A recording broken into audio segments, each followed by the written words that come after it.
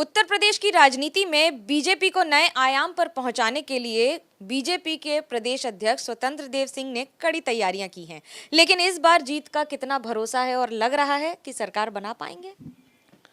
संगठन के दृष्टि से बूथ समिति, पन्ना प्रमुख, सेक्टर की रचना और मंडल इकाई और नीचे तक कार्यकर्ताओं का संपर्क कई बार और पिछले 6 महीना से 7 महीने से उसके पहले भी सरकार के एजेंडे को लेकर हम लोग केंद्र सरकार की योजना साल भर में 6 महीना में, राज्य सरकार की 6 महीना में, साल भर में लेकर हम जनता के बीच में रिपोर्ट कार्ड जाते थे और जनता जनार्दन का आशीर्वाद हमेशा मोदी योगी के प्रति रहा है। तो क्या काम कम किया है कि मोदी योगी के ऊपर ही चुनाव लड़ा जा रहा है कि स्थानीय लोगों के खिलाफ है? पहली बार आप देखोगे कि सपा बसपा को कोई मुद्दा नहीं है। 5 साल में बीजेपी ने इतना काम किया है कि सपा बसपा के पास कोई मुद्दा नहीं मिला, इसलिए 5 साल तक न कोई आंदोलन, न धरना, न प्रदर्शन, न 1 रुपये के भ्रष्टाचार को लेकर कोई प्रेस वार्ता अखिलेश यादव ने किया। जो समस्या थी, बिजली की समस्या थी, सड़क की समस्या थी, शिक्षा की समस्या थी, चिकित्सा की समस्या थी, रोडों का कनेक्टिविटी था, गांव को जोड़ने का था, वो 5 साल में लगभग पूरा हुआ है। देव जी, अखिलेश यादव कहते हैं कि सरकार ने काम कम किया है, झूठ इतना बोला है कि अपने ही झूठ के घेरे में फंस गई है।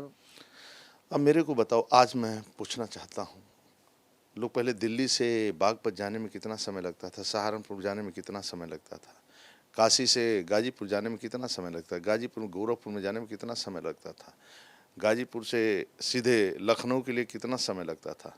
आज जर्क नहीं लगता है भाई। लोग यात्रा अपना 2-2 घंटा, 3-3 घंटा में पूरा करते हैं, न कोई समस्या रोड पर आती है। इतनी अच्छी सड़कें बन गई, आप जाओ घूमो, आप तो घूम रही हैं उत्तर प्रदेश। हाईवे की बात कर रहे हैं, शहरों की सड़कों का हाल ये है कि गड्ढों में सड़क खोजनी पड़ती है। नहीं, देखो सभी सुधार हुआ, पहले से ईमानदारी से सरकार और ईमानदारी से लोगों को सुधार, विस्तार होता है, शहरों का विस्तार होता है, गलियों का विस्तार होता है, नए नए मकान बनते हैं, तो स्वाभाविक रूप से वो भी आज नहीं कल पूरा होगा। तो वह निर्माण होना है, बरसात आता है, बरसात आता है, सड़कें टूटती हैं, फिर सड़कें बनती हैं। तो जितना ईमानदारी के साथ योगी सरकार ने काम किया। 5 साल पहले बिजली नहीं आती थी, 1 मिनट के लिए नहीं आती थी, 3 जिले वीआईपी थे, आज 24 घंटे लाइट है। पहले किसान थका हारा घर जाता था तो रोटी भी ठीक ढंग से नहीं खा पाता। वीआईपी जिला क्या होता है? वीआईपी जिला यानी अखिलेश यादव का जिला, आजम खां का जिला, आजमगढ़, इटावा, ये सब वीआईपी जिले थे। बाकी जिलों में बिजली नहीं आती थी। रिश्तेदार आते थे घरों में तो ट्रेन में, जब उन ट्रेन में जाते थे बैठने, तब उनको नींद पूरी होती थी, या बस में बैठते तो नींद पूरी होती थी। इतना आज 24 घंटे लाइट है। सबसे बड़ी बात है कि गुंडागर्दी नहीं है। 5 साल पहले अराजकता का माहौल था, बेटियां बाहर 5 बजे के बाद नहीं निकलती थी, गुंडे निकलते थे। एक चीज अखिलेश यादव और समाजवादी पार्टी कह रही है कि वो हार रहे हैं, इसलिए प्रधानमंत्री नरेंद्र मोदी से वाराणसी में रोड शो करवा रहे हैं। देखो, हम लोग 365 दिन काम करते हैं, संगठन का दायित्व है ना। संगठन यानी संगठन का विस्तार, कार्यकर्ता का निर्माण, तो कार्यक्रमों से ही कार्यकर्ता का निर्माण होता है ना। तो सब पार्टी के प्रधानमंत्री जी से लेकर बूथ अध्यक्ष तक के कार्यकर्ता 365 दिन काम करते हैं। हम अखिलेश यादव तो जैसा है नहीं ना, कोरोना वैश्विक महामारी में निकलेंगे, 5 साल भी नहीं निकलेंगे, कुछ नहीं, क्योंकि हम वंशवाद की पार्टी है, परिवारवाद की पार्टी, घोर परिवारवाद की पार्टी है। जैसे राजाओं का नहीं होता है सिस्टम, तो प्रजा और राजा का सिस्टम उनका है। उनको काम करें या न करें, कुछ करें या न करें, अपना गठजोड़ बनाए रहते हैं जातियों का, मुसलमानों का अपना गठजोड़ बनाए रहते हैं। वो उसके आधार पर वो कार्यकर्ता, कोई भी सपा में काम करने वाला कोई कार्यकर्ता राष्ट्रीय अध्यक्ष नहीं हो सकता है। यहाँ बूथ पर कार्यकर्ता काम करने वाला राष्ट्रीय अध्यक्ष होता है। ये कहा जा रहा है कि मायावती से बीजेपी की सेटिंग हो गई है, जिसकी वजह से हाथी अब सुस्ता गया है। नहीं, हमेशा देखो पॉलिटिकल पार्टी सपा बसपा का पैटर्न रहा है राजनीति का। ये दोनों में जिसके साथ मुसलमान जाता था वो ताकतवर होते थे। इसमें इस बार आगे थोड़ा सपा निकलने का कोशिश कर रहा है कि मैं हूँ ताकतवर, इसलिए मुसलमान वोट बैंक बसपा के साथ जाता तो ये ताकत हो जाते थे, और सपा के साथ जाता तो ये ताकत हो। इसी कारण एक बार सपा को लोग निपटाए तो बसपा, एक बार सपा को निपटाए तो बसपा आ गई, एक बार बसपा को निपटाए तो सपा। कभी भी योग्यता के आधार पर, काम के आधार पर या विकास के नाम पर यह सरकार कभी नहीं बनी है। पहली बार चुनाव विकास के नाम पर हो रहा है, विकास का मुद्दा राज्य के अंदर है, और सक्षम नेतृत्व है, ईमानदार नेतृत्व है और राष्ट्रवाद है। ये तीनों, गरीब कल्याण योजना है, गरीबों के लिए और राज्य के अंदर कनेक्टिविटी, यानी सड़कों का भी बम्फर जाल फैलाया गया, एयरपोर्ट भी हर जगह, जहाज़ें बढ़ गई, मान लो कानपुर से जाने लगी, आगरा से जहाज़ जाने लगी बाहर, हैंडन से जाने लगी, बरेली से जाने लगी, तो हर जगह यात्री भी बढ़े हैं। बाकी प्रयागराज तो आज राज्य के अंदर मतलब काशी में, काशी विश्वनाथ कॉरिडोर के बाद एक भी होटल खाली नहीं, एक रूम भी खाली नहीं है। ये सवाल भी बनता है कि एक और आपने कहा राम मंदिर है, काशी मंदिर है, तो अब क्या मंदिर कम पड़ गए हैं जो मथुरा की याद आ गई? नहीं, देखो, किसी देश का यदि आस्था मर जाता है, किसी देश पर आस्था पर आक्रमण होता है या शास्त्र उससे मरते हैं, तो देश मर जाता है। हमेशा शास्त्र के आधार पर ही चलता है। त्याग तपस्या जो लोग सीखते हैं अपने शास्त्र से सीखते हैं। पूरा राम का जीवन उठाओगे और उनके परिवार का जीवन आप उठाएंगे तो त्याग तपस्या है। उसी आधार पर तो देश के प्रधानमंत्री कर रहे हैं। आज परिवार के एक सदस्य भी सरकारी गाड़ी में नहीं बैठता है, प्रधानमंत्री आवास में भी नहीं रहता है। तब तपस्या त्याग व उत्तर प्रदेश के सभी माई का चाहते हैं कि पक्का मकान हो, खुशहाल हो, गैस का कनेक्शन उसके घर में हो, शौचालय उसके घर में हो।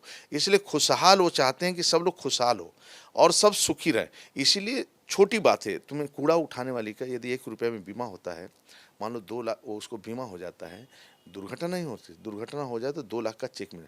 कोई कभी सोचा है कि कूड़ा उठाने वाले परिवार में 2 लाख का चेक मिलेगा? तो विपक्ष तो यही कहता है कि जिसके पास परिवार नहीं है वो सत्ता में कैसे राज करेगा और अब परिवार का दर्द कैसे समझेगा?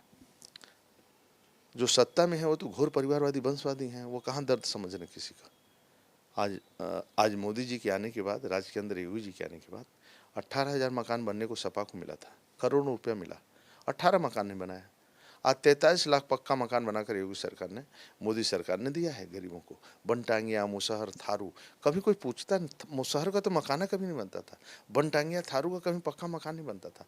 आज चले जाओ आदिवासी बेल्ट में, मुसहर में एक एक गाँव में 10-10, 20-20, 50 पक्का मकान है। अब 10 मार्च के बाद 2.5 करोड़ मकान बनाना है गरीबों के लिए। अब घर में पानी भेज रहा हूँ, 30,000 गाँव में पानी पहुँचा है, सभी गाँव में पानी भेज रहा हूँ। ये तो ट्रेन से पानी वापस कर दिया सपा शासन में। अच्छा, आप बात कर रहे हैं ट्रेन की और 10 मार्च की। अखिलेश यादव का कहना है टिकट कट गई है गोरखपुर की योगी आदित्यनाथ जी की। 10 मार्च को उनका टिकट स्वयं आप अपना बनवा लिए हैं लंदन के लिए। स्विच ऑफ करेंगे, निकल जाएंगे लंदन, क्योंकि 5 साल काम करना नहीं है, 2 महीने आते हैं, चुनाव में करना है, फिर आएगा लोकसभा का चुनाव तो फिर सक्रिय हो जाएंगे। कोरोना जैसे वैश्विक महामारी में, आपदा में पूरा देश एक साथ खड़ा रहता है और उस समय कहते थे मोदी का टीका है, ये बीजेपी का टीका है, योगी का टीका है, ऐसा वो बोलते थे। यदि न टीकाकरण हिंदुस्तान में होता, आज तीसरी लहर में हम लोग बर्बाद हो जाते। आज देश बच गया।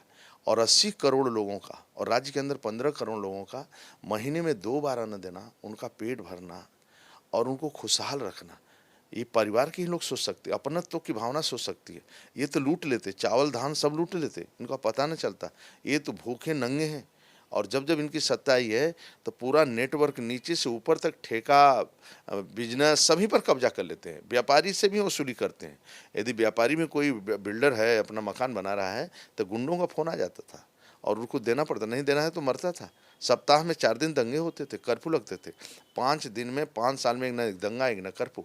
तो मुस्लिम बेटियां भी और हिंदू बेटियां भी खुश हैं। और सवाल, मेरा अगला सवाल कि विपक्ष कहता है कि हाथरस जैसे मुद्दे जिस राज्य में हुए हों वहां पर सरकार और सत्ता पक्ष महिलाओं की सुरक्षा की बात किस मुंह से कर सकती है? देखो, त्वरित कार्रवाई, कभी भी सत्ता राज्य की किसी गुंडे के पक्ष में खड़ा नहीं रहा। संगठन भी किसी का मदद नहीं, कानून काम करता है, जिसके कारण सुरक्षा है।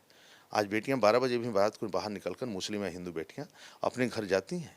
अब गुंडे डरते हैं राज्य के अंदर, बेटियां नहीं डरती हैं, बेटे नहीं डरते हैं। वो घूमकर किसी के साथ, दोस्तों के साथ अपना घर जाते हैं, चुपचाप सुरक्षित जाते हैं।